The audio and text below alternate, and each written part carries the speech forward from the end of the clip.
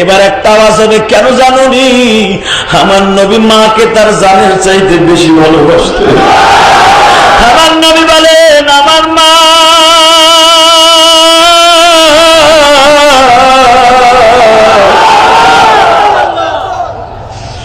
আমার মায়ের মতো আমিনার মতো কোন মহিলা হয় না। দুনিয়ায় যার যার মা তার তার কাছে দামি। দুনিয়ায় সব সন্তান কালো হোক দলা হোক মার কাছে দামি। সবাই যান, তুমি রেল স্টেশনে যায় দেখো, টেকনাফ কত পালন যায় দেখো, বাচ্চাগুলা বাবা খাবার অভাবে হাড্ডি গুলা বের হয়ে গেছে।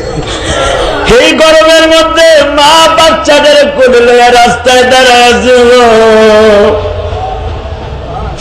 আমি টেকনাফ কুতুব আলম যায় জিজ্ঞাসা করছিলাম, একটা টেকনাফের ওই রোহিঙ্গা একজন মারে জিজ্ঞাসা করছিলাম, মা তোমার বাচ্চাটাকে তুমি পালতে দিয়ে দাও, আমার দেশে অনেক মহিলার বাচ্চা হয় না। মহিলাটা আমার জবাব দিয়ে বলে, বাবা তোমার মা যতই অভাবে থাকুক, তোমার মা কি তোমার জীবন থাকতে পালতে দিত?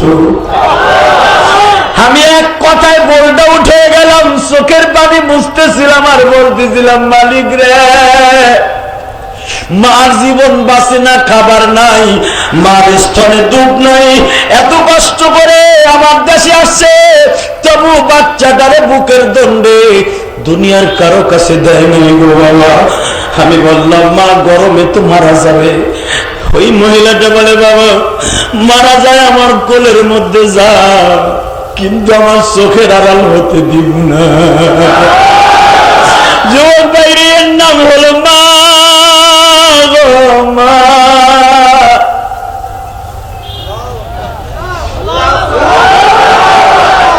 আমার ওয়াজ কমিটির যুবক বাইরে রে, আমি জানি না তোমাদের কার মা নাই কার বাবা নাই। তোমার এই বন্ধু ইলিয়াসুর রহমান জেহাদি 12 বছর বয়সে মারা গেছে।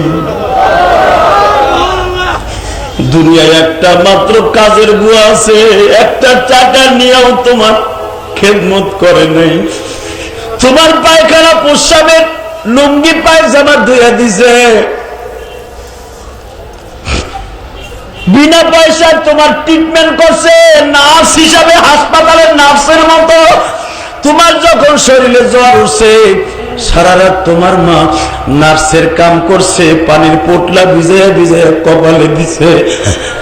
আরে নার্সের ডিউটি পালন করছে, জীবনে একটা টাকাও তোমার কাছে চায় নাই।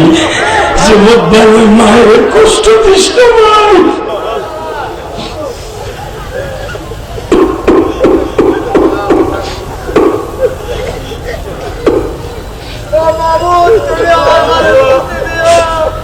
জীবনের সারা জীবন মা তোমার বিনে পয়সায় কাম করলো।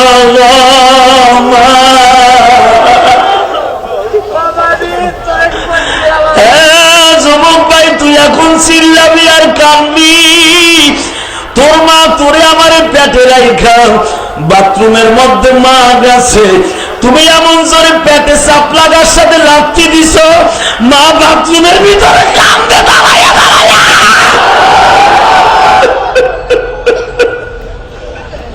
তোমার মা খাবারের প্লেট লইয়া বসছে, পেটে চাপ লাগছে, এমন জোরে লাথি দিছ, মা খাবারের প্লেটটা ধাক্কা দিয়া সরাইয়া পেটটা চাইপা ধরে বিছানায় শুয়ে পড়ছে।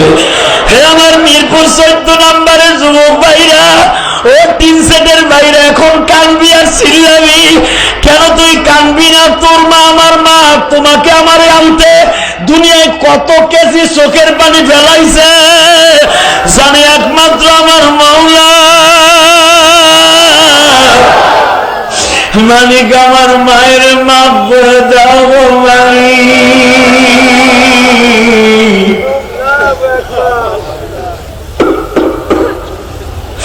যুবক ভাইরা রে, আমি ইলিয়াসুর রহমান জেহাদি 12 বছর বয়সে মা হারাইছি। মায়ের কষ্ট বুকে নিয়া, মায়ের কষ্ট বুকে নিয়া গৌহারডাঙ্গা মাদ্রাসায় পড়তাম। যখন এই শীতের দিনে মাদ্রাসা বন্ধ হয়ে যাইত, সব ছাত্র ভাইরা বাড়িতে যাইতো, আমি যাইতাম না, কারণ আমার স্বপ্ন ধরে এই শীতের পিঠা খাইতে মনে চাইতো, খাইতে পারতাম না। হ্যাঁ যুবক ভাই, মার মতো দরদি দুনিয়ায় নাই। তুমি যখন ঢাকার থেকে বাড়িতে যাইবা, যুবক কান্দি, তুমি যখন ঢাকার থেকে বাড়িতে যাইবা, ট্রেনের থেকে নামছো, বিমানের থেকে নামছো, বাসের থেকে নামছো, রাত 12টা পর্যন্ত তোমার মা দরজার কাছে দাঁড়িয়ে রয়েছে। আরে মা একটা পাগলের মতো দরজা বলে, জাদু আইছো, জাদু আইছো। বৌমা দেখো তো আমার জাদু আইসিনি। বৌমা পোলাপান লয়ে ঘুমাইতেছে, তোমার মার চোখের ঘুম হারাম হয়ে গেছে। তুমি যাইয়া দেখবা তোমার মা প্রথম তোমার চেহারার দিকে তাকায় বলে, জাদু রে, তুই মনে হয় সারাদিন ট্রেনে কিছু খাস নাই।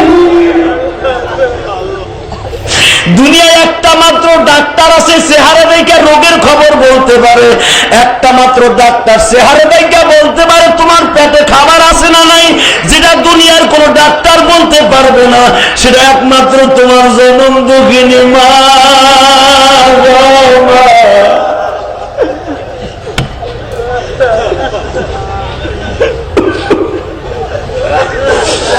যেই ডাক্তারি খবরটা দুনিয়ার পৃথিবীর কোন ডাক্তার পারে না, সেটা তোমার মা জানে। চেহারার দিকে তাকাই বলে দিবে, বাবা তুই মনে হয় সারাদিন কিছু খাস নাই। মা খাইছি না গো বাবা, খাস নাই, আমার থার্মোমিটারে ধরা খেয়ে গেছে, তুই না খেয়ে রইছ। মা পাগলের মতো দৌড় দিয়া তোমার মাথাটা বুকে নিয়ে বলবে, আল্লাহ আমার জাদুরে ভালো করে দেয়।